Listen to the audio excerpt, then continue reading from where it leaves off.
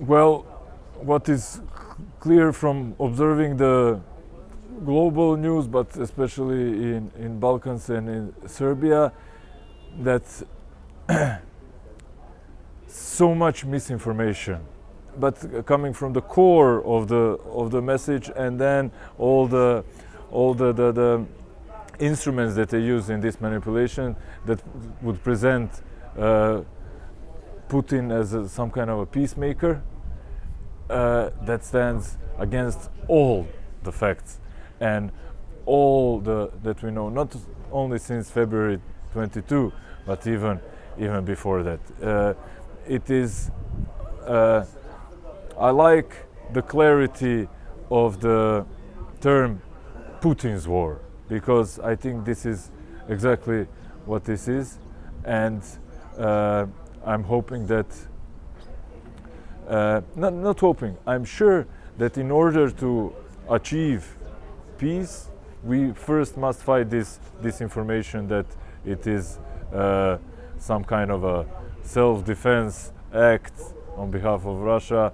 No, it's an aggression on Ukraine. It is Putin's war, and it is very important to fight this misinformation. Very similar to Russian narratives, not only because we have 3 major Russian outlets in Serbia and this web of sharing news and sharing information with pro-government portals. Serbia's current government under President Vučić is based on spreading misinformation against, smearing everyone else, the opposition parties, the civil society, citizens who oppose them, misinformation towards European Union and the political West, very present, but also, of course, glorification of President Vučić and everything he does. We have 5 televisions with national coverage in Serbia. At least 4 of them are in service of spreading this kind of propaganda, and also the newspapers are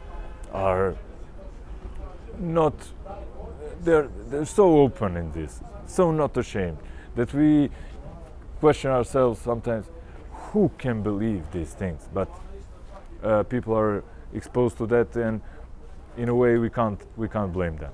It's an unfair fight against misinformation. It's an unfair fight. Our hands are tied in our our in the way we do things, professionally, politely, and our opponent is, using everything from their arsenal. So it is very different. But from our experience in Serbia, this past 6 months, when people start to care about media literacy, about what is true and what is not true, when it has some connection, to their life. We hoped that, for example, that a number of refugees from Russia that came to Serbia after the war started, that will help in a way fighting against this Russian propaganda. If you have, tens of thousands of people who fled Putin's regime, came to Belgrade, but unfortunately that didn't happen because they were not many activists came to Serbia, just regular people who wanted to continue with their lives. But they are a proof, and that changed something. In a way, we see Russia's war. We, in our opinion polls that we do, we see that Putin is, from the world leaders, that Putin has biggest support in Serbia, and that is logical, having in mind that for the past 20 years, not only past 3 years, for 20 years he's seen, as this great leader. But why is he a great leader? Because he's a strong man, because he doesn't respect the norms, the democracy.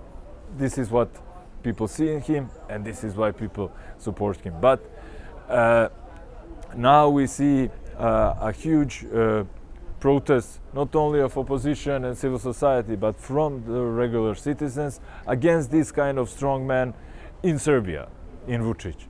So it takes time, to connect the dots, but where democracy is not valued, this is the most fertile ground for misinformation. I see the difference between the relation of civil society and the not just the government, but wider, the state. Because the Kosovo civil society, I always, let's say, admired or was jealous of, because they were on these major things. They were in line with the government, whichever the government is, and that is building democracy, building institutions, European path, clearly wanting to establish a society and a country based on Western values. In Serbia is different. We come from these values. We do everything from these values, but our government is not like that. So we are against the government in these very basic terms, and usually it's not a clear fight, because our government is pro-European. We are on an accession path to the EU. We are steps ahead of Kosovo, for example. But in its essence, Vučić's government is anti-democratic and anti-European and anti-Western. And so we are in this position that even our partners from the West, have a difficulty of putting, trust in civil society in Serbia, because they have the government they are working with. But I hope times are changing. I hope that everything will be more clear in the future, to see who is who and what is what, who really stands for democracy and EU integration and against Putin's war and Putin's view of the world and the future of the world, and who is on the other side. And then, when the skies are more clear, then the fight against misinformation will be easier, I think.